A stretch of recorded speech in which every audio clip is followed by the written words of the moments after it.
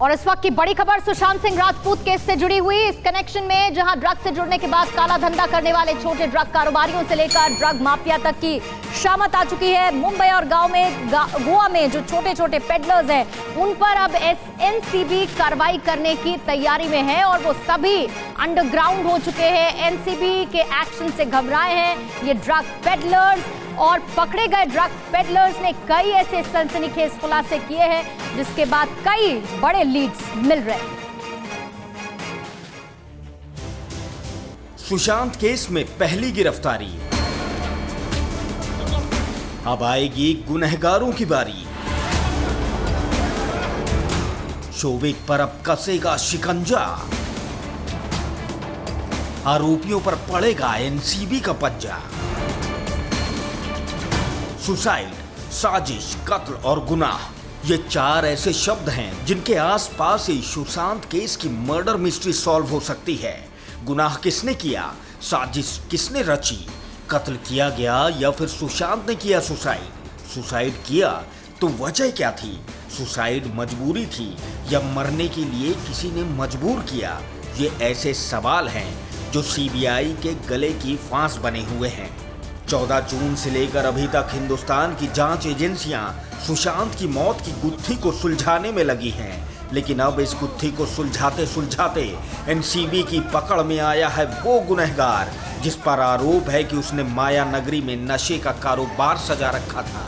NCB ने एक ऐसे शख्स को गिरफ्तार किया है जिसके तार रिया चक्रवर्ती के भाई शौविक चक्रवर्ती से जुड़ रहे हैं। डिप्टी डायरेक्टर केपीएस मल्होत्रा और उनकी टीम लगातार क्वेश्चनिंग कर रही है। उससे जानने की कोशिश की जा रही है कि आखिरकार वो शौविक चक्रवर्ती को कैसे जानता है।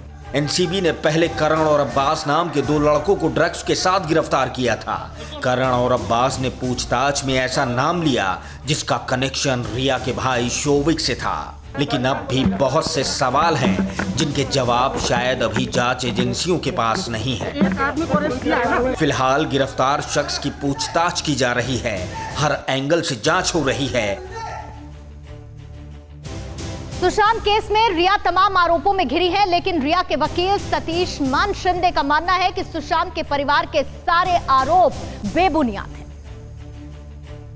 मेरे साथ देश के वरिष्ठ वकील सतीश मान शिंदे हैं जो रिया को इस वक्त रिप्रेजेंट कर रहे हैं। सर, आपसे जानना चाहूँगा कि जिस तरह से रिया को लेकर तमाम संदेहास्पद बातें सामने आ रही हैं, क्या कुछ आप बताना चाहेंगे रिया के को लेकर, खास तौर पे उनके डिफेंस को लेकर? डिफेंस के बारे में मैं कुछ बोलना नहीं चाहता हूँ, लेकिन सुप्रीम कोर्ट में और सीबीआई में,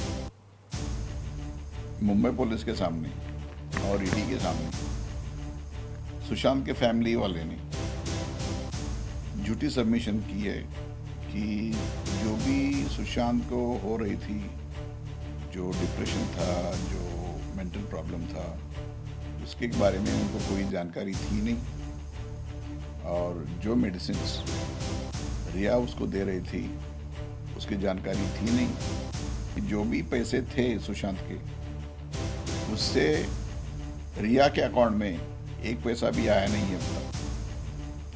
उल्टा रिया के अकाउंट से 30,000 सुशांत के अकाउंट में गए हैं, क्योंकि जो उसने खर्चा किया था सुशांत ने, उसको उसने वापस कर दिया। और जब बहनें आई, सुशांत ने उसको घर जाने के लिए, सुशांत के बहनों ने उसको बोला था घर जाने के लिए, तो रिया ने वो वाटरस्टोन छोड़ के चली गई थी।